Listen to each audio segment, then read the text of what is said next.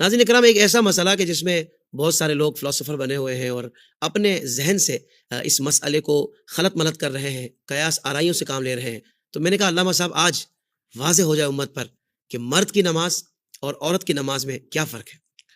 جی بالکل، آپ نے صحیح کہا کہ پچھلے کچھ 100-150 سال سے یہ نئی چیز مارکیٹ میں آئی ہے کہ مرد اور عورت کی نماز ایک جیسی ہے اور اس میں کوئی فرق نہیں ہے. یہ وہی بات کرے گا جس کو اسلام کی الف بے نہیں پتہ، اور احادیث وہ صرف بخاری مسلم کو مانتا ہے. اس کے علاوہ ہزاروں دیگر احادیث ہیں، اس پر یا تو اس کی نظر نہیں ہے یا وہ جان بوجھ کر ان حدیثوں کو نظر انداز کر رہا ہے. احادیث مبارکہ میں واضح طور پر ہمیں نظر آتا ہے کہ عورت اور مرد کی نماز میں نبی کریم علیہ الصلاۃ والسلام نے فرق رکھا ہے. عورت کے لیے سب سے پہلا بنیادی اصول یہ ہے کہ نماز اس طریقے سے پڑھے گی جس میں اس کے ستر کی سب سے زیادہ حفاظت ہو، اور یہ واضح طور پر صحیح حدیث ہے، بخاری مسلم کی حدیث ہے. حضور علیہ الصلاۃ والسلام نے ارشاد فرمایا عورت کے لیے کمرے میں نماز پڑھنا صحن میں نماز پڑھنے سے بہتر ہے، اور کمرے کے اندر بھی اگر کوئی چھوٹی جگہ ہے تو کمرے سے بہتر ہے کہ اس چھوٹی جگہ میں نماز پڑھے. اندازہ کریں گھر میں تو سارے محارم ہیں، لیکن اس کے باوجود بھی کہا جا رہا ہے کہ بالکل جہاں کسی کی نظر نہ پڑے نا وہاں عورت نماز پڑھے.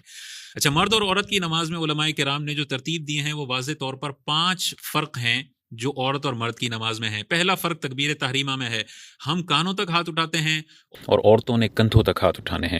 دوسرا فرق ہے کہ ہاتھ انہوں نے باندھنے کہا ہے، مرد ناف کے نیچے ہاتھ باندھتا ہے، عورتوں نے سینے پر ہاتھ باندھنا ہے، اور یہی ان کے ستر سے سب سے زیادہ قریب ہے.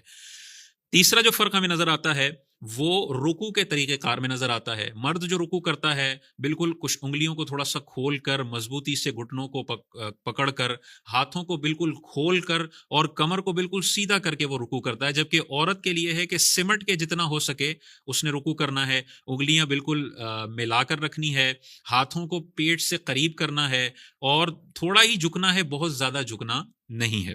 عورت سمٹ کر رکوع کرے یعنی اپنے ہاتھوں کو اپنے پیٹ کی طرف ملائے گی، اور جتنا سمٹ کر ہو سکے وہ رکوع کرے گی. تو یہ آپ کا ہو گیا تیسرا فرق. چوتھا فرق جو علماء کرام نے ارشاد فرمایا وہ سجدے کا فرق ہے. مرد کے لیے افضل اور اولیٰ یہ ہے کہ بالکل پھیل کر سجدہ کرے گا. یہ چیز اس سے جدا ہوگی، یہ چیز زمین سے جدا ہوگی، پیٹ اس کی رانوں سے جدا ہوگا، رانے اس کی پنڈلیوں سے جدا ہوں گی، اور پنڈلیاں زمین سے جدا ہوگی. پھیل کر سجدہ کرے گا. چھوٹا بکری کا بچہ بھی اس کے نیچے سے جانا چاہے تو بآسانی چلا جائے، اتنا پھیل کے مرد کا سجدہ ہونا چاہیے. عورت کے بارے میں حضور علیہ الصلوۃ والسلام کی احادیث پاک ہیں کہ عورت زمین سے جتنا قریب ہو کر سجدہ کر سکتی ہے وہ اس کے لیے سب سے زیادہ بہتر ہے.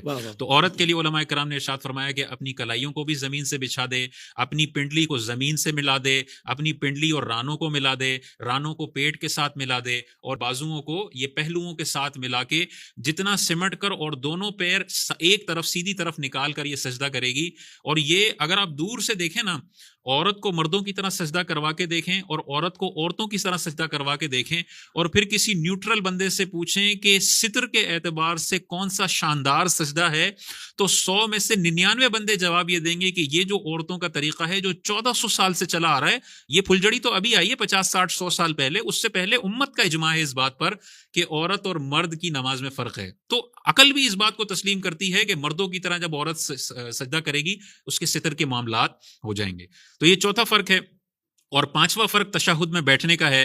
ہم ایک پیر کو بچھاتے ہیں، دوسرے پیر کو کھڑا کرتے ہیں اور پیر پر بیٹھتے ہیں.